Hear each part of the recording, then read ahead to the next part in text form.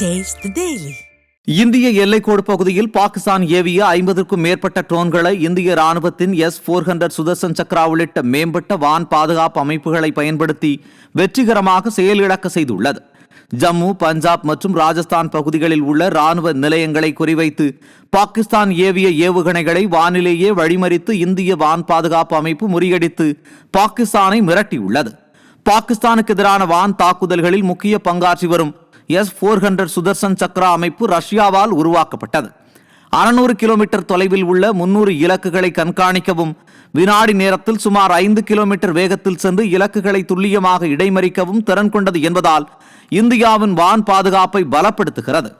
பாகிஸ்தான் நாட்டில் இருந்து ஏவப்படும் ஏவுகணை உள்ளிட்ட எந்தவிதமான நவீன ஆயுதங்களையும் வானிலேயே முறியடித்து வீழ்த்துவதற்கு S-400 சுதர்சன் சக்ரா அமைப்பு முக்கிய பங்காற்றி வருவதால் இதுவரை இந்தியாவுக்கு எந்தவித இழப்பும் ஏற்படவில்லை என்பதில் இருந்து இந்த அமைப்பின் பங்களிப்பை நன்றாக உணர்ந்து கொள்ள முடியும்.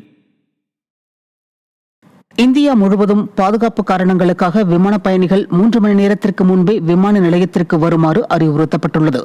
இந்நிலையில் விமான நிலையங்கள், ரயில் நிலையங்களில் பாதுகாப்பு பலப்படுத்தப்பட்டுள்ளது. இதன் காரணமாக கடும் சோதனைக்கு பின்னரே விமானத்திற்குள் பயணிகள் அனுமதிக்கப்படுவதால் 3 மணி நேரத்திற்கு முன்பே பயணிகள் வருகை புரியுமாறு விமான நிலைய அதிகாரிகள் அறிவுறுத்தியுள்ளனர்.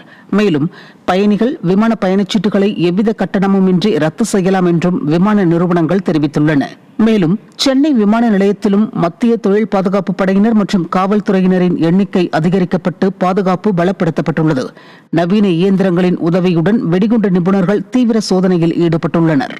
ஜம்மு காஷ்மீர் விமான நிலையத்தை குறிவைத்து பாகிஸ்தான் நடத்திய ட்ரோன் தாக்குதலை இந்தியா வெற்றிகரமாக முறியடித்தது. இந்திய பகுதிகளை குறிவைத்து பாகிஸ்தான் தாக்குதல் நடத்தி வருகிறது.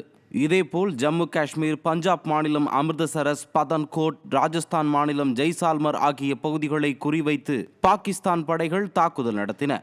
இதனை வெற்றிகரமாக முறியடித்த இந்தியா பாகிஸ்தானின் 4 போர் விமானங்கள் மற்றும் 8 ஏவுகணைகளை நடு வானிலேயே சுட்டு வீழ்த்தியுள்ளது.